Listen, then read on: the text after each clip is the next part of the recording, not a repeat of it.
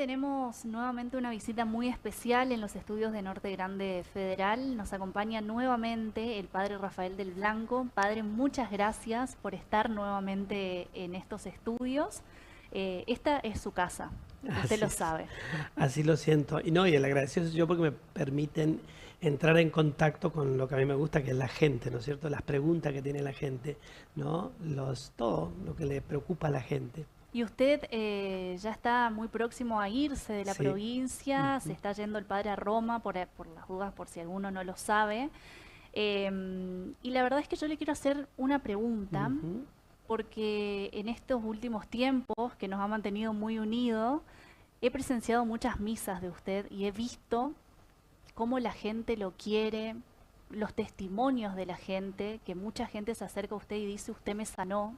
Así- Historias de esa hay un montón y sé que usted es uno de los pocos curas que hubo en esta provincia y que hay en esta provincia que salió a la calle a hablar con la gente y a embarrarse, como dijo el Papa Francisco, ¿no? Entonces quiero preguntarle, ¿quién es Rafael del Blanco? Bien, del que la gente habla, digamos, es una persona sumamente sensible, con una, ¿cómo diríamos?, una actitud totalmente disponible, siempre para el otro. Entonces, casi como que, pero eso es una cuestión de la naturaleza de la persona, me parece. Yo nací así, creo que mi mamá era así, una persona muy sensible, muy abierta, muy, no es que me esté tirando flores, sino que porque me hace la pregunta, por eso te respondo, ¿no? Y eso qué ha generado, que yo me encuentre con el pueblo, que yo me encuentre con la gente, una empatía absoluta, digamos, una relación de amor, porque eso es lo que yo experimento, ¿no? Yo también leo las redes sociales y me doy cuenta. Entonces es una relación de amor, pero que tiene que ver porque Dios me ha dado el don y la tarea de encontrarme con la gente Sí. en todas las instancias y situaciones posibles, ¿eh? Porque yo, como he dicho, no soy de nadie, soy del rico, del pobre, del que está enfermo, del que está sano, del político, del que no es De político, todos. del que es católico, del que no es católico, de todos. Tengo como esa particularidad, ese don, ¿no?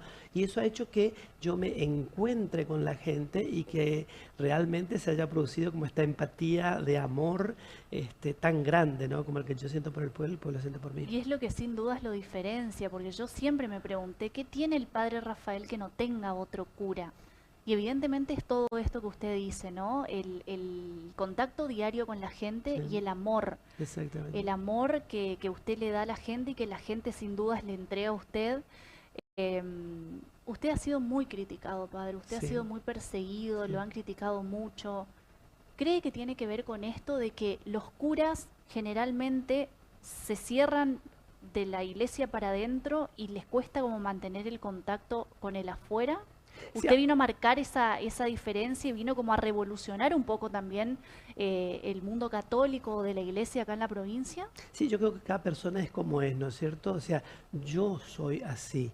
Y entonces yo soy así. Entonces, es cierto que, digamos, uno instintivamente quiere estar en su zona de confort, ¿no? Entonces que todo esté bien, que nadie te diga nada, que nadie hable. Digamos, pues yo no soy así. Yo no soy así porque, digamos, siento que, digamos, primero, digamos, por esta empatía que siento con los demás, con la gente, me obliga, me impulsa, me saca afuera. No puedo estar encerrado, digamos. Yo tengo que hablar, decir, comunicarme, emitir mi opinión, lo que esté en mis posibilidades, en mis manos, yo lo tengo que hacer, ¿no es cierto? Y la crítica, digamos, yo la he entendido siempre porque es el precio que hay que pagar por la exposición pública. Si una persona que no quiere pagar ningún precio al exponerse públicamente y obviamente no va a poder hacer nada, ¿no? ¿Entendés? O sea, es cierto que yo pude hacer muchas cosas porque aposté y consciente del precio que tenía que pagar, de que una acción de estas características implicaba que mucha gente me ame, pero también mucha gente no me ame. Están en su total y absoluto derecho, ¿no? Según su perspectiva, su punto de vista, su posicionamiento. Yo respeto profundamente la opinión incluso de aquel que me ataca, que no me conoce, que dice cosas, lo entiendo, porque tienen derecho a pensar distinto y no estar de acuerdo con lo que yo digo y con lo que yo hago, ¿no? Y una cosa que también quiero agregar es que sirve mucho, ¿no? Vos sabés que yo, por ejemplo, yo recibo todos los días cientos y cientos de mensajes y yo no dejo de contestar ninguno de ellos. Contesto todos, aunque sea le pongo, ok, rezo, te garantizo mi oración, sí, yo recibí tu mensaje. ¿Vos sabés cómo la gente valora eso? Que la gente se sienta escuchada, ¿no? Totalmente la gente, porque a veces vos decís, listo, le clavás el visto y ya está. No, la gente necesita que vos le digas, sí, ok, rezo por vos, te garantizo mi oración, dale. Esa solo palabrita, ¿no? Pero es porque yo, por mi naturaleza, no estoy en paz y no contesto el mensaje, como que ignoro, ¿no? Sí. Y ahora hablando de esto de las críticas, ¿no? Muchas veces nos enfrentamos en la vida a personas que nos hacen la vida imposible o que Ujú. hablan y Sí, mienten acerca de nosotros. ¿Qué herramientas nos da Dios para lidiar con esas personas? Porque Dios lo que nos pide es que nos amemos los unos a los otros. así es. Y en las entrevistas anteriores hablábamos de cómo amar a alguien que te hace tanto daño. Sí. ¿Cómo hago yo para ver o saber que alguien está diciendo cosas de mí que son mentiras y yo responderle con amor? Claro, mira, a mí lo que me ha salvado siempre es ser plenamente consciente del estado evolutivo de conciencia en el que yo me encuentro, ¿no? Sin creerme superior ni mejor que nadie, mi perspectiva es amplia, es universal, es inclusiva, ¿me entendés? Entonces hay personas que no tienen esa perspectiva y que su Claro. visión es mucho más cerrada, más estrecha, y entonces desde esa perspectiva tienen el derecho, digamos, de opinar y de juzgar y de decir Sí, lo que tengan que decir. A veces de una manera, digamos, que no está bueno, ¿no? Fuera de lugar porque se miente, se difama, se dicen sí. cosas que no son, o digamos, se crea todo como una fantasía, ¿no? Pero lo comprendo de ese lugar. ¿Por qué? Porque yo digo, ya va a llegar también esta persona, ¿no? En algún momento llegará a comprender de qué se trata esto. Yo estoy acuñando mucho en este tiempo la frase del amor se trata, ¿no? Va a comprender que se trata del amor y que la clave para que el alma esté serena y en paz es amar, y el modo más cualificado que tiene el amor es el perdón. ¿El perdón qué es? El perdón no es que, digamos, el otro te lastimó, te humilló, te maltrató y vos te vas y la abrazás y le besás, le hiciste no, todo esto. No, no es eso. El verdadero perdón acontece en el corazón, ¿vale? Es decir, que vos no te quedes con ese enojo, con ese odio, con ese resentimiento, y que en tu conciencia y ante Dios, si tenés fe, diga, listo, lo entrego. Ahí, digamos, Dios resolverá esa cuestión, digamos, no tengo por qué hacerlo yo me abandono y confío en eso y ya está. ¿No es cierto? No me quedo con ese enojo, con esa furia, con ese rencor, ese resentimiento. ¿Por qué? Porque si me quedo con eso, Nati, es una mochila tan pesada que se va haciendo cada vez más pesada porque el corazón está como contaminado, el corazón está enojado, el corazón está envenenado y el globo se va inflando, ¿no es cierto? Y hay que descargar esa mochila. Cuando uno es capaz de dar el paso del perdón, así como yo te digo, digamos, en tu Ujú. corazón, perdonás y sacás todo eso negativo, sentís un alivio, descargas esa mochila y te garantizo cuando te cruzás con esa persona en la calle, a veces tenés que encontrarte con esa persona, ¿no? Sos capaz de saludarlo sin reclamo, porque de hecho el perdón es un amar sin reclamo. Yo te perdono porque Claro. yo creo en el amor y yo creo en el perdón. No importa lo que reciba como devolución, yo perdono, Claro. yo Es decido un amar. regalo que nos hacemos a nosotros mismos Sí. más que a la persona que te dañó. Totalmente, totalmente. Eso es sanidad emocional, sanidad psíquica, sanidad del corazón, porque si no, uno vive enfermo. La verdad que uno se puede Claro. llegar a enfermar, digamos, con el resentimiento, el odio, el Sí. rencor, ¿no? ¿Y cuáles son las herramientas, padre? Porque sabemos que el camino es el amor y lo tenemos como muy presente a eso, pero también somos humanos y cuando alguien te dice algo, vos lo primero que querés hacer es devolverle y decirle otra cosa. ¿Cómo Claro, hacemos? ¿Cuál es claro, la herramienta que tenemos para no devolverle con la misma moneda? claro, ahí está. Porque al instante lo primero que te sale Sí, es decirle otra cosa a la otra sí, claro. persona. Ahí yo le llamo disciplinamiento de lo instintivo, de la reacción, que es un camino al que hay que hacer, ¿no? Natural e instintivamente, si yo soy atacado, voy a responder al ataque, ¿no es cierto? Pero entonces es ahí donde dicen los entendidos en caminos espirituales que el sabio no responde. El sabio espera el momento oportuno para responder de la manera adecuada. Porque que vos me des una trompada y yo te devuelvo con una trompada, no sirve, empeorás la situación. ¿Qué sirve? Recibo el golpe, lo digiero y después respondo, pero no con la trompada, sino de la manera más adecuada para que esa situación que es desagradable por el lado que vos le mires, sin embargo se transforme en una oportunidad de crecimiento, de maduración de parte tuya y acaso también le ayuda a la otra persona a entender que ese no es el camino. Se me está viniendo, padre, en este momento, usted en una de las últimas misas que dio, dijo que usted cuando se enfrenta a este tipo de situaciones, de la crítica o de alguien que está diciendo algo que me está doliendo, usted dice, eran 3 palabras. Sí. Vos todo lo sabés, Sí. tengo Vos- el control, Dios tiene el tiene el control control y me amas. y me amas. Exactamente. Esas 3 cosas. Esas 3 palabras son profundamente sanadoras porque, como digo, hay que frenar el impulso, ¿no? Y entonces digo, vos sabés todo, Dios. Además tenés el control de todo, el control no lo tengo yo. Y me amás, yo sé que me amás. Y ahí como que se diluye esa energía que te levanta como para salir Claro. a morder y Esa atacar, ¿no? furia que te Esa agarra, furia, ¿no? sí, sí, sí. Sí. Entonces, recordamos, padre, ¿cómo Sí. era? Tú lo sabes todo, ¿no? Tú tienes el control y me amas. Tú me amas. Tú me amas. Tú lo sabes todo, tú Tienes tienes el el control control y y tú me me amas. amas. Aplicarlo en cualquier situación difícil, inclusive que estemos viviendo, ¿no? Respirar profundo y decir eso. Exactamente. Padre, en la Biblia hay una parte donde dice, yo soy la luz del mundo, el que me siga no andará en tinieblas, sino que tendrá luz de por vida. Ujú. ¿Qué significa eso? Entrar en la dinámica de la esencia de Dios que es amor. El amor es luz. Sí, Todo lo que no es amor es oscuridad, ¿no? Entonces, cuando uno entra en la dinámica de Dios, en las múltiples expresiones religiosas que existen, no me refiero solamente a la fe cristiana católica, me refiero, digamos, al sentido de la trascendencia, la conexión con lo absoluto. Esa dinámica de comunión con esa realidad te vuelve manso, te vuelve pacífico, te vuelve profundo, te vuelve sabio. Y entonces vos no estás siendo controlado por tu contexto, ni siquiera por vos mismo, sino que estás siendo controlado por una realidad que te trasciende.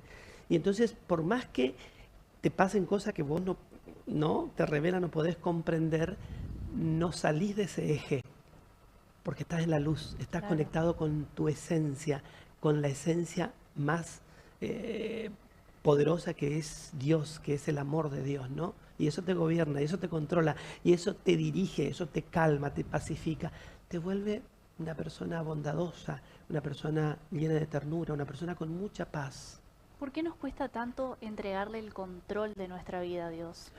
Bueno, Porque es una batalla de sí, todos los días, sí, ¿no? sí, sí, sí. Bueno, el mundo, sabemos, es una selva en la que hay que pelear, ¿no? Porque esa es ese equilibrio, qué difícil que es mantener ese equilibrio. El cielo y la tierra y el cielo, ¿no? Uno tiene que caminar con un pie en el cielo y con un pie en la tierra. Y mantener ese equilibrio es tremendo. Porque si te volvés demasiado espiritual y celestial, el mundo, la tierra te come. Y si te volvés demasiado terrenal, tierra, tierra, te perdés lo más bello, lo más hermoso, digamos, ¿no? Entonces, ese equilibrio entre, yo digo, tu cuerpo y tu alma, ¿no? Esa es la misión que tenemos, porque si no, el mundo te come, pero si no te adecuás al mundo, también, digamos, no sirve. ¿Y cómo hacemos para entregarle el control? Para Ahí, ser consciente de que yo entregándole el control, todo va a estar mejor en mi vida. yo tengo la clave. Asínate, mira. Yo he pasado por momentos de prueba, donde pareciera que todo se derrumbara, todo, ¿no? Y entonces, ¿viste ese nudo en el estómago? Sí. ¿Viste que nos agarra como un nudo en el estómago que te vas a acostar y decir, Dios mío, ¿qué será mañana? ¿Qué va a pasar mañana, Tal no? cual. Así, ese nudo. Y entonces yo digo, pero si yo soy un hijo amado de Dios, A mí Dios, yo no puedo dudar, porque además tengo pruebas, vos también tenés pruebas, Sí, tengo pruebas de que Él ha actuado y ha obrado en mi vida en los momentos en los que yo necesité. Entonces digo, yo tengo la prueba de que soy un hijo amado de Dios, mañana todo estará bien. Dios está de mi lado, confío en su providencia, me abandono en su amor porque yo sé que soy amado por Él. Y inmediatamente ese nudo en la boca del estómago se comienza a disolver. Y yo no tomo nada para dormir. Hay mucha gente que necesita tomar pastillas para claro. dormir, ¿no? Hubo un momento que sí tuve que acudir, que mi psicólogo, mi psiquiatra me lo aconsejó, pero fueron algunos días porque era mucho más fuerte esa convicción de que soy un hijo amado de Dios y Dios está conmigo y no me va a abandonar y me va a ayudar a salir del hoyo en el que me encuentro. Y así fue. El hombre hace todo más difícil cuando confía en su propio entendimiento. Sí. Ahí también, viste, se necesita un perfecto equilibrio entre tu cabeza y tu alma, ¿no? Porque la cabeza te puede llevar a cometer errores. Pero si me decís, la cabeza, digo, tu pensamiento, tu capacidad intelectual está iluminada por lo alto, Ujú, entonces tus pensamientos y tus decisiones van a estar, digamos, sostenidas y contenidas en una realidad que trasciende tu claro. humanidad, trasciende tu capacidad intelectiva. Es lo que yo llamo el nivel de la contemplación. Una cosa es conocer intelectivamente. Yo conozco intelectivamente, esto es un vaso, esto es una mesa, ¿no? La razón, digamos, Claro. conoce de esa manera. Ese es un modo que tenemos, ¿no? Para elucubrar acerca de la realidad. Pero está el otro modo de conocimiento que es el más alto y el más perfecto, que es el contemplativo. El contemplativo es tu capacidad intelectiva totalmente iluminada por el espíritu, por la luz de lo alto. Y ahí el conocimiento es perfecto. Sería como la percepción, Sí, sí, pero es una percepción, digamos, que tiene que ver con los mecanismos propios que tiene, digamos, el ser humano de pero más con conocimiento, el alma, ¿no? con el alma, la realidad espiritual, la realidad Claro. espiritual. ¿Y eso qué exige? Meditación, oración, silencio, palabra de Dios, acciones bondadosas. Todo ese es el combo que te va a llevar a conectarte con esa dimensión contemplativa que te va a hacer ver la realidad desde una perspectiva totalmente diferente. ¿Y por qué es tan importante el silencio, padre? Inclusive los curas hacen muchos retiros de silencio, Sí, ¿no? sí, porque el ruido del mundo, como en cualquier cosa, ¿no? Como en cualquier, ¿no? Produce interferencias. El silencio ha sido siempre la herramienta desde todas las religiones, todas, no solamente la cristiana, ¿no? Tienen el silencio como una herramienta fundamental porque el silencio es como una especie de vacío, ¿no? Vacío de ruido externo, pero también de ruido interior Mm, tuyo, para entrar como en esa dinámica de escuchar lo que Dios quiere decir. Y no es que Dios te habla, no es que Dios te dice, Rafael, no, no es así. Comienzan a derramarse en tus pensamientos y en tu alma sentimientos, palabras, algunas personas muy bendecidas, incluso hasta como visiones de ver cosas que son de alta contemplación, ¿verdad? Y que solo es posible en el silencio. Sin el silencio eso es imposible. Los pensamientos, las cosas que nosotros nos imaginamos en nuestra mente, ¿tienen poder? Absolutamente, el pensamiento es creador de realidad, pero el pensamiento es, pues, todos nosotros somos energía, todo. Sí. La creación entera está, digamos, afianzada en la energía, ¿no? Y el pensamiento también es una energía que sale de nosotros y porque tenemos el poder, digamos, de ejecutar y de hacer cosas, vos con tus manos y con tu inteligencia incidís en la realidad y haces cosas que tienen que ver con tu pensamiento. Por eso un pensamiento negativo traduce en la realidad cosas negativas Claro. y un pensamiento positivo, Por cosas eso es tan positivas. importante llenarse de pensamientos positivos, saber que Totalmente, uno es amado totalmente, para poder totalmente, atraer esas totalmente, cosas, ¿no? totalmente, totalmente es ¿Todas las así. personas venimos con una misión a esta vida?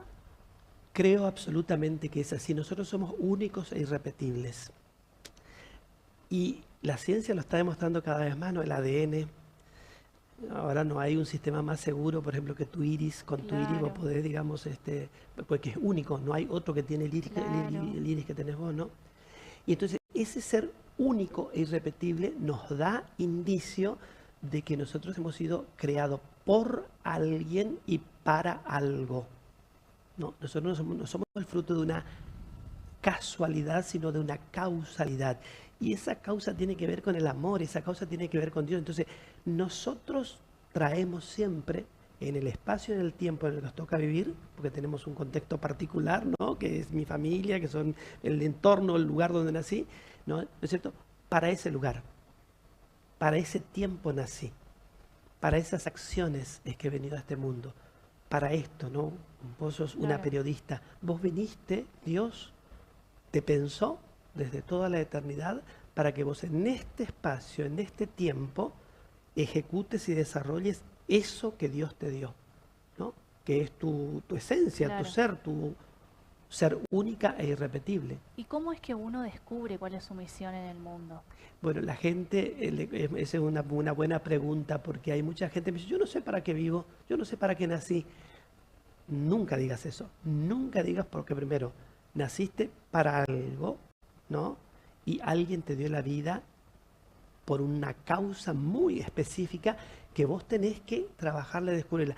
A veces las historias personales, ¿no? Hay situaciones tan tremendas en la vida de los seres humanos, ¿no? Este, eh, dificultan ver con claridad cuál es esa misión que vos tenés, ¿no es cierto?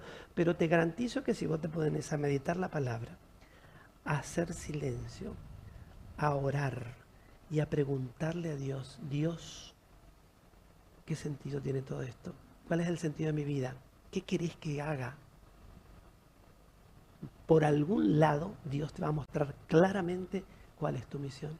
Es que a veces uno está como confundido y Sí, siente que no puede, que no tiene capacidad de discernir el mensaje que Dios le da, ¿no? exacto. Y ahí es cuando te encontrás como en el limbo de decir, bueno, tengo una idea de cuál es mi misión, pero todavía no sé cuál es. Claro. ¿Y ahí qué hacemos? Ahí las herramientas que te da la vida, siempre tenemos nosotros, siempre, Natalie, nosotros en esta vida somos acompañados por maestros, siempre. Siempre hay maestros que nos acompañan, siempre, ¿no? ¿Y quiénes son esos maestros? Bueno, uno tiene que aprender a identificarlos, ¿no? Son las personas que aparecen a veces de manera absolutamente circunstancial. Entonces, un ejemplo, estoy en una crisis profunda, esto es una experiencia personal, ¿no? Y entonces me voy a hablar con una monja me pidió que le vaya a confesar. La monjita se confiesa conmigo, termina la confesión y la monja me comienza a hablar a mí. O sea, yo que fui a aconsejarle a ella, termino siendo aconsejado por esta monja y me aclaró el panorama Claro, de manera tal que yo salí de ese lugar totalmente distinto, una maestra. Pero así como ese ejemplo hay muchos, un amigo, un papá, una mamá, un hermano, qué sé yo, un sacerdote, claro. obviamente, ¿no? Esos maestros están dando vueltas y están por todas partes. Puede ser alguien que se sienta al lado tuyo en el colectivo y te empieza a decir cosas que vos decís, güey, ¿y Que esto? suelen pasar esas cosas, ¿no? Así es. Inclusive hay muchas veces y muchos testimonios que conozco gente que me decían, una persona que estaba durmiendo en la calle me empezó a hablar y a decir tal y tal cosa. Es Dios manifestándose por ahí en personas que vos no esperás que te traigan un mensaje. Cierto. O en personas que justamente son como bastante discriminadas, digamos, de la sociedad y que vienen a traerte ese mensaje importante. Muy importante. Yo tengo, porque la gente me cuenta muchas cosas misteriosas y muy, entre comillas, extrañas, ¿no? Me cuenta un chico, muere su papá. Entonces volvía caminando destrozado, porque su papá, y tenía que ir a contarle a su familia que el papá había muerto. Y venía acá en Resistencia, venía por una de las avenidas caminando envuelto en lágrimas. Y en la vereda de enfrente, un linchera le dice, ¡ay cielo! ¡Ay cielo! Entonces quedó como en shock, ¿viste? ¿Qué me está diciendo? ¿Qué? Mirá que hay cielo, ¿eh? Y era un linchera. Y él siguió caminando y después se da cuenta, digo, pero ¿quién es este? vuelve y ya no Y lo ya no encuentra más. estaba. Es Dios manifestándose, ¿no? Totalmente, por eso digo, esos maestros y mensajeros de Dios nos están enviando siempre por todas partes. Y a veces no lo vemos. No, porque estamos distraídos o porque no somos capaces, digamos, de tener esa apertura, esa sensibilidad para darnos cuenta dónde, cuándo y a través de quiénes Dios nos está hablando. Hay una pregunta que mandó la gente que tiene que ver con cómo entender y experimentar el amor y la misericordia de Dios en nuestra vida diaria. Y esto me hace acordar también a una de sus misas donde usted habló y contó el ejemplo de que un día iba por la calle y había una señora en silla de ruedas que estaba pidiendo y claramente estaba en condiciones realmente vulnerables y que nadie bajaba la ventanilla para Así es. decirle por lo menos un buen día, ¿no? Sí. Esto de la misericordia, vivir, experimentar el amor y la misericordia de Dios, ¿tiene que ver Así con es. eso? Totalmente, mira, la ley de la creación y la ley divina es perfecta. Todo lo que va, vuelve. Mira, si vos sos misericordioso, van a ser misericordiosos con vos. ¿Cuál es el problema? Si vos sos bueno, van a ser buenos con vos. Si vos sos justo, van a ser justos. ¿Cuál es el problema que tenemos los seres humanos? Que nosotros esperamos la misericordia y la justicia a veces desde lugares que nunca van a venir de por ahí. No Claro. van a venir por ahí, van a venir desde otro lado, desde otro lugar. Pero si yo soy justo, misericordioso, ¿no? Servicial, todo eso me será devuelto en la justa proporción porque yo soy eso. El gran tema es que yo quiero, por ejemplo, yo soy amor, me van a amar. Y entonces amo a esa persona, pero esa persona no me ama. Y entonces digo, no funciona. No, nunca, o mejor dicho, casi nunca sucede eso desde el lado del que uno espera, del que uno Claro. supone que debe ser. ¿No es cierto? Exactamente. Pero claramente esa es la ley de la creación, es decir, den gratuitamente lo que gratuitamente han recibido, dice Jesús, ¿no? O busquen primero el reino de Dios y lo demás añadido será. Buscar el reino de Dios significa amar todos los días, cada día de tu vida, ese es el reino de Dios. Entonces, lo demás añadido será que significa que Dios a esa acción de amor, de caridad, te la va a devolver en sobreabundancia. Dar no lo que a mí me sobra, ¿no? Porque a veces la gente entiende como la caridad, como el dar lo que a mí me sobra, dar bueno, esto no lo quiero, te lo doy. Que suele pasar mucho con la gente, bueno, que también en cierto punto está bien, ¿no? Porque si hay ropa que yo no uso, Sí. obviamente que se la voy a dar a alguien que sí la puedo usar. Pero también tiene que ver con eso de el dar el tiempo de uno, el dar el amor, el dar el cariño. Esto que usted decía a mí me quedó como muy marcado porque nos cuesta mucho ponernos en el lugar de la otra persona, que seguramente esa persona estaba en silla de ruedas, no podía caminar, con calor, tratando de que alguien por lo menos baje la ventana y le diga buen día. Así es. ¿Y por qué nos cuesta tanto a nosotros los seres humanos eso? Es como una reacción incomprensible esta reacción, ¿no? Pero es que instintivamente no queremos que nos molesten, Claro, ¿no? Entonces, ¿qué hago? Me hago el que no veo, miro para el otro lado, pero esa realidad está allí. ¿Y acaso esa realidad, esa mujer Dios puso en tu camino para probar tu sensibilidad social, tu empatía con el que sufre? Porque temprano que tarde, a lo mejor no en esa misma circunstancia, pero estarás también vos atravesando una situación de necesidad, claro, de afecto, de cariño, de cercanía. Y si vos no diste eso, no recibirás. claro. Es que No siempre en algún momento de la vida necesitamos de otro, Así es, siempre. así es. Usted hablaba del perdón recién y hablábamos de lo importante que es perdonar y ser perdonado. Y hace poco Lourdes, una amiga, estuvo en México y me contaba la historia de un sicario, o ex sicario mejor dicho, Ujú. que hoy es una persona de Dios. ¿Pues una persona que hizo tanto daño, tanto mal, que ha matado a muchas personas, ser perdonada y vivir en paz? Absolutamente. Sí, sí, porque la misericordia de Dios es infinita. Tanto es así, viste que la iglesia siempre se pronuncia efusivamente cuando un santo es reconocido como santo, ¿no? Sí, Y la iglesia proclama públicamente, digamos, quién entró al cielo. Santa sí, Catalina de Siena, San Francisco Asís, Beato Carlo sí, Acuti, ¿no?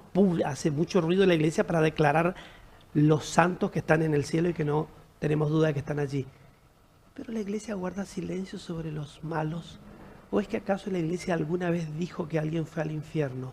¿Dijo la iglesia que Hitler fue al infierno? No. ¿Dijo la iglesia alguna vez que Judas está en el infierno? Nunca, jamás la iglesia se pronunció sobre eso. ¿Por qué?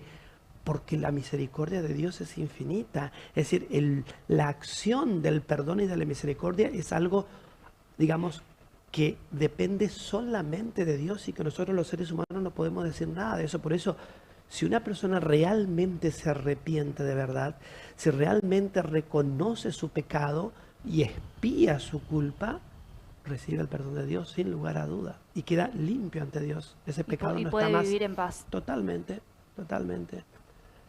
Porque digamos, la iglesia también tiene el mecanismo del perdón de los pecados en el sacramento de la reconciliación, ¿no? Que te garantiza que tu pecado te ha sido perdonado. Una Claro. vez algún sacerdote, hablando no sobre el sacramento, nos decía, vos tenés una deuda, una gran deuda, ¿no? Y te vas a pagar tu deuda al hombre, ¿no? Al dueño del... ¿Vos te vas a ir sin que él te dé un papel que diga que vos saldaste tu deuda? No, porque tenés miedo de que... Claro. Y capaz que la deuda queda ahí, ¿no? Y después me va a reclamar. Vos pedí el recibo, el papel que te confirme que tu deuda está cancelada. Claro. Bueno, el sacramento de la reconciliación es eso. Mucha gente cuestiona eso y Sí. critica eso, ¿no?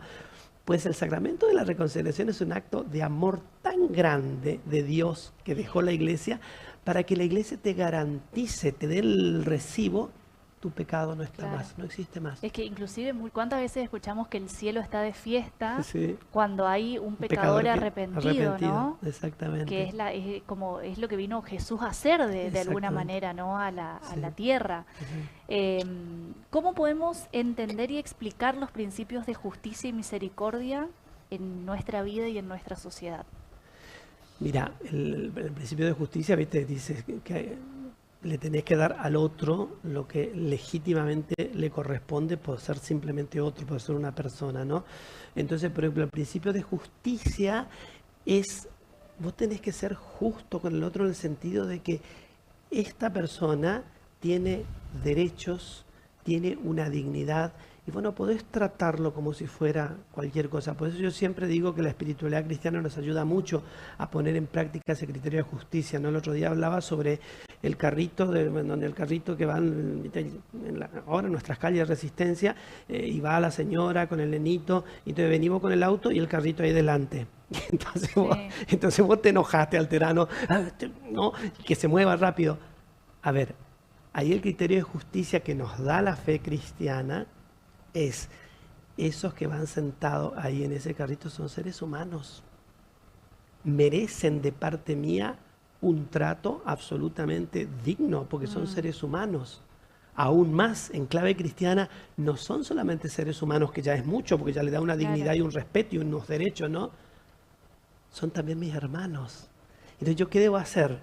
Tratarlos en relación a lo que es su dignidad. Son seres humanos y encima son mis hermanos. ¿Le voy a pasar por arriba? ¿Voy a hacer un movimiento imprudente para exponer su seguridad y sus vidas? No. Claro. Allí está la práctica de la justicia, en esa conciencia que nos da también a veces la religión, para que tratemos las cosas en su justa medida, con justicia y también con misericordia, ¿no es Claro. cierto? Y padre, ¿puede una persona que no tiene mucha fe y que no tiene una relación claramente con Dios experimentar la gracia de Dios? Sí, sí puede. ¿Por qué? ¿Por qué puede? Primero, porque Dios se derrama en su amor y en su gracia donde quiere, como quiere y cuando quiere. De hecho, dice la palabra, dice, ¿no? El Espíritu sopla y nadie sabe ni de dónde viene ni para dónde va. ¿Eso qué significa? Que el amor de Dios y la gracia de Dios es absolutamente libre.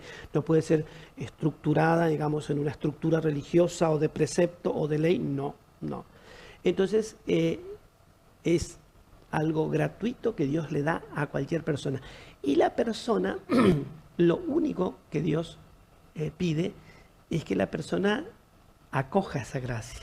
Hay personas que no, Viste que hay personas que son malas por naturaleza. Sí. Dios todo el tiempo está queriendo, digamos, derramar su gracia, su amor, su bendición, y está como esa Y rebeldía. hay esa resistencia, Y ¿no? se cierran, y entonces claramente no pueden nunca, digamos, la gracia, por más que lo desea, derramarse en el alma de esa persona, ¿no?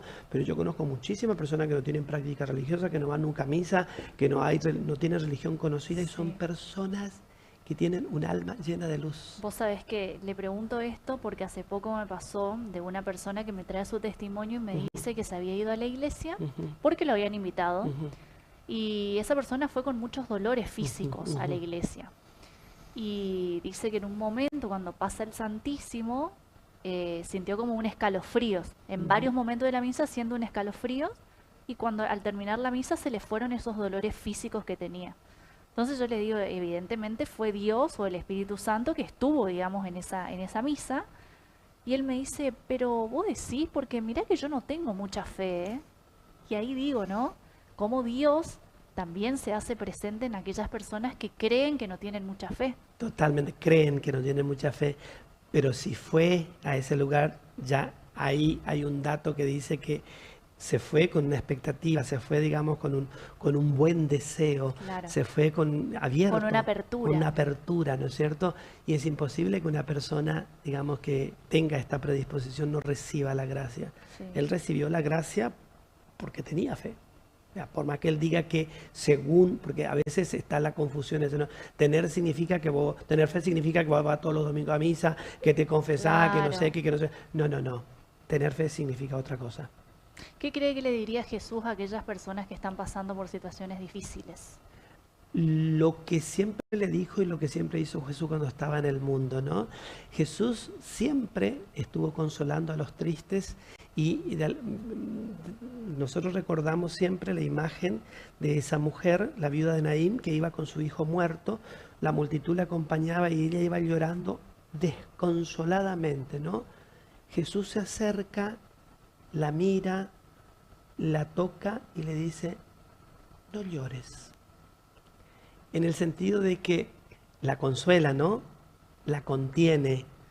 De alguna manera le dice, no estás sola, aquí estoy yo, ¿no? Que es un poco los que tenemos fe, creemos, ¿no? Que en nuestras circunstancias más duras y más amargas Dios está con nosotros y nos está conteniendo y está acompañando y está transitando también con nosotros el duelo, ¿no? Porque no significa que el dolor se va a ir, no significa, bueno, en el caso de esta viuda de Naamí, él le hizo el milagro de revivirle al hijo, ¿no es cierto?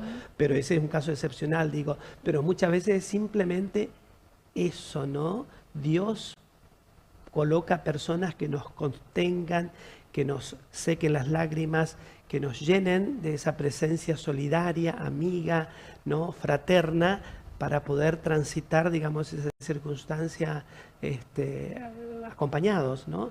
Hay un pasaje muy lindo en el libro de Job.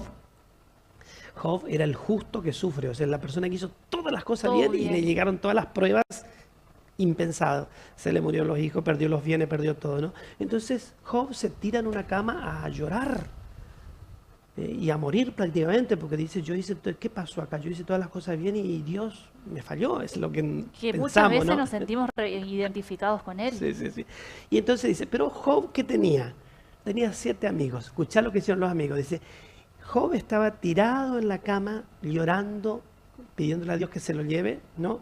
Y dice, y llegan sus amigos, fíjate lo que hacen los amigos, y se sentaron al borde de su lecho y estuvieron con él 7 días y 7 noches sin proferir palabra, diciéndole, aquí estamos. A veces, viste, como pensás, ¿y qué le voy a decir? ¿Qué voy a hacer? ¿Y cómo esta situación? No tenés que estar en el modo en que la situación te exige estar. En ese caso no le podían decir nada porque el otro estaba devastado y no tenían argumento para explicarle por qué le pasaba lo que le pasaba. Se fueron, dice, a estar con él 7 días y 7 noches sin proferir palabra.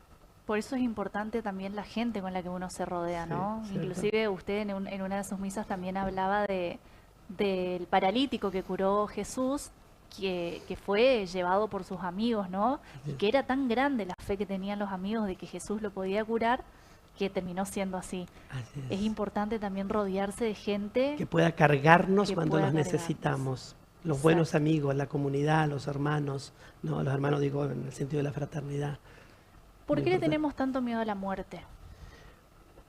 Porque primero, siempre al ser humano le teme a lo desconocido. Frente a lo desconocido, nosotros nos escondemos, nos ¿no? paralizamos. Nos paralizamos, sí. aunque la fe cristiana ya dio pistas de que después de la muerte hay vida, sin embargo, como dice el dicho, nadie volvió de allí para contarte esto, aunque ahora viste que hay todas estas experiencias cercanas a la muerte que también hablan de eso y que yo creo profundamente que debe ser así, pero le tenemos miedo a la muerte porque le tememos a lo desconocido. Y además, yo creo que también porque cuando no tenemos un camino espiritual hecho, nos faltan como argumentos y elementos de juicio para decir morir es bueno, ¿no? Morir es encontrarme con Dios, morir es pasar a ese otro nivel que sé que es un nivel de plenitud, de luz, de amor, ¿no? Y entonces como no tenemos ese ejercicio y es algo desconocido, le tenemos miedo, ¿no? Yo, por ejemplo, no le tengo miedo a la muerte. Sí me genera un poco de inquietud, digamos, la muerte de mis seres queridos, ¿no? Pero simplemente por la cuestión del afecto, digamos, del vínculo, ¿no? Claro. Pero no porque yo no sepa lo que va a pasar con ellos. Yo me acuerdo que el día que sepultamos a mi madre, que fue un dolor impresionante, ¿no es cierto? Nosotros transitamos ese momento con mis hermanas con una paz, mi mamá fue una persona maravillosa. Nosotros teníamos la absoluta seguridad, tenemos que ella está en el cielo, ¿no? Y entonces, me acuerdo que el obispo, después que terminó la misa, nos dijo esto: gracias por el testimonio de fe que dieron, por la serenidad y la paz que transmitieron en un momento tan duro, tan difícil, ¿no? Eso, es decir, cuando uno tiene esa certeza y esa fe, digamos, por más que el momento sea tremendo, no perdemos la serenidad, no perdemos la calma, porque de alguna manera creemos, experimentamos y de algún modo vemos el más allá, Claro. como algo hermoso. Y es como también el creer y el ser consciente de que esa separación es temporal, porque en algún momento nosotros también vamos a ir hacia ese mismo lugar, ¿no? Así es, vos sabés que hay un científico, doctor Sanz se llama, que él habla mucho, digamos, él habla de la macroconciencia, habla que es cuando nosotros acá tenemos un nivel de conciencia que es limitado porque es espacio-temporal, ¿no es cierto? Entonces, la macro sería como superar el espacio y el tiempo y entrar en la plenitud de la conciencia. Entonces, él dice, que él como neurocirujano y médico que fue, que muchas personas al morir le contaban que cuando las personas que hicieron esa experiencia cercana a la muerte, ¿no? Que cuando volvían, vieron a sus seres queridos. Los vieron, o sea, Claro. lograron verlos, ¿no? Aunque no era el tiempo todavía de pasar a ese lugar, pero, o sea, que es real que cuando uno va al otro lugar, se encuentra con los seres, Claro. con los seres Bueno, queridos. inclusive hay gente, Mirela, por Sí. ejemplo, que ella puede comunicarse con las almas que hoy ya no están en la tierra, y siempre dice, yo me acuerdo, de que ella siempre cuenta de que los que se van no quieren volver, Así es, porque realmente es el paraíso donde están. realmente. Pero es muy difícil entenderlo, ¿no? Claro, humanamente es muy Humanamente, difícil entenderlo, sí. pero es la plenitud, claro, dicen que la sensación, la percepción del amor llega a ser tan impresionante que obviamente no se parece a nada conocido acá en este lugar, y por eso es que nadie quiere volver. Padre, usted había hablado en la entrevista anterior de la sanación del árbol genealógico y de lo importante que era, y me acuerdo que esa entrevista tuvo muchas repercusiones. ¿Por qué es tan importante la sanación y cuáles son sobre todo las herramientas que tenemos para la sanación de familia? Bueno, en clave, yo digo en clave cristiana católica, ¿no es cierto? Que es lo que yo puedo hablar con propiedad, digamos, porque la conozco. Claramente nosotros tenemos la sangre nos vincula a nuestros antepasados. Sí, Y esa misma sangre que circuló por mi tatarabuelo allá hace 100 años, es la misma sangre que circula en mí. Porque yo estoy conectado a ese árbol, ¿no? sí, Y entonces, cuando esa sangre ha sido de alguna manera contaminada por tantas cosas, el ser humano hace cosas muy extrañas, ¿no? Hace ritos extraños, hace pactos, hace un montón de cosas. Esa sangre está circulando en mí y pudiera en tantos modos condicionar y afectar mi presente, aunque esté en el pasado, porque yo estoy vinculado con claro. el pasado por ese vínculo sanguíneo, ¿verdad? Entonces hay montones de herramientas para sanar eso, pero en el caso de la fe cristiana católica es la misa. Es decir, la misa es el acto por excelencia en el cual nosotros creemos que Jesús vino a cancelar absolutamente el pecado y el mal del mundo, de ayer, de hoy y del futuro. Jesús limpia la era, ¿no? Jesús es el que limpia absolutamente todo. Y entonces, ¿en qué momento específico, en qué lugar específico se sigue actualizando y sucediendo eso? En la misa. Por eso es el ejercicio que yo hice desde que me ordené sacerdote y también le enseño a la gente. Digo, cuando el sacerdote eleva la hostia, nosotros creemos que ahí está Jesús, vivo, real, sustancial, ¿no? Entonces, en ese momento, como lo hice yo y lo sigo haciendo hasta ahora, entrega todo. Entrega tus antepasados, entrega tu árbol, entrega todo lo malo que pudiera haber en esos cientos, si no, qué sé yo, hasta miles de años pueden ser, ¿no? Para que Él limpie, porque Él es el limpiador, Él es el sanador, Él es el perdonador. Y entonces lo dice claramente la iglesia, ¿no? Ayer, hoy y siempre. Claro. Canceló el mal. Entonces cancela todo mal sucedido en mi árbol para que yo esté limpio, para que yo quede purificado de alguna manera, ¿verdad? Siempre hay alguna generación en la familia que viene como a cortar con todo eso, ¿no? Sí. Dios, que es bueno y que es providente, dispone eso para que el hombre sea feliz y para que el hombre llegue a la perfección y para que llegue al cielo. ¿Y por qué es tan importante, Padre, la Eucaristía? ¿Por qué es tan importante comulgar? Porque primero porque la instituyó Jesús, digamos, no es un invento humano, es un invento de Dios en todo caso, ¿no? Entonces, Jesús ordenó la misa, así como ordenó, ámense los unos a los otros, o sea, ordenó la fraternidad. En esto el mundo sabrá que ustedes son cuando se amen, ámense. Después ordenó otra cosa, dijo, vayan y hagan que todos los hombres se bauticen en el nombre del Padre, del Hijo. Entonces ordenó el sacramento del bautismo, ¿no es cierto?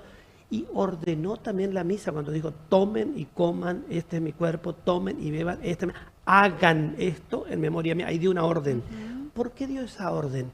Porque la misa es la herramienta que Dios utiliza para divinizar la creación. A lo divino ingresa solo lo divino. Entonces nosotros al comulgar, de alguna manera, lo dice la iglesia, lo enseña de esta manera, ¿no? Participamos de lo divino directamente. Jesús nos incorpora a su divinidad. Claro. Y entonces, así divinizado, nos estamos preparando todo el tiempo, ¿no es cierto?, para entrar, digamos, al cielo. Ese es el caso de los cristianos. Y los que no comulgan, Dios siempre encontrará la herramienta y el camino para divinizar. Pero para nosotros cristianos católicos, el camino y la herramienta que Dios dejó es la misa. ¿Qué es el temor de Dios? Respeto. Es muy importante que lo digas porque el temor de Dios no es tenerle miedo a Dios porque Dios castiga, porque Dios es un Dios vengativo que casi como que disfruta porque el otro peca, entonces viene con una sentencia, una condena para que te vayas al infierno. Eso no es Dios. Eso es todo lo contrario. Claro. Dios es amor siempre. De hecho dicen que la venganza de Dios contra el pecador es el perdón. Yo me vengo de vos perdonándote, claro, la macana que te mandaste, ¿no? Por eso el temor de Dios es respeto. ¿En qué sentido? Dios es amor y nos ama tanto que es como humillante y vergonzoso que yo le falle a Dios, ¿no? Es el temor de Dios. Cuando, claro, por ejemplo, vos a tu papá o a tu mamá o a la persona que amás, digamos, te da toda la confianza, te da todo el amor, te da todo, y vos te vas y le haces un desastre. Es decir, entonces, ¿cómo después le mirás a la cara, no? ¿Cómo después, con todo lo que te dio, con todo lo que te amó, con toda la confianza que puso en vos? Ese es el temor de Dios. La absoluta conciencia, la responsabilidad que tenés frente al amor, y por eso tenés que actuar en concordancia con ese amor, ¿no? Es como no fallarle, ¿no? No fallarle, exactamente, no fallarle. ¿Existe la vida eterna? Por supuesto. No solamente creo, sino que ya la siento, la percibo, la intuyo en mi alma, ¿no? En tantos modos. En primer lugar, porque, yo me siento compelido, como propulsado a hacer cosas que no son terrenales y que no son perecederas. ¿Por qué yo creo en la vida eterna? Porque es el único modo en que vos podés comprender el acto de amor. ¿Entendés? Sí. El amor es lo único que no puede ser destruido. El amor permanece.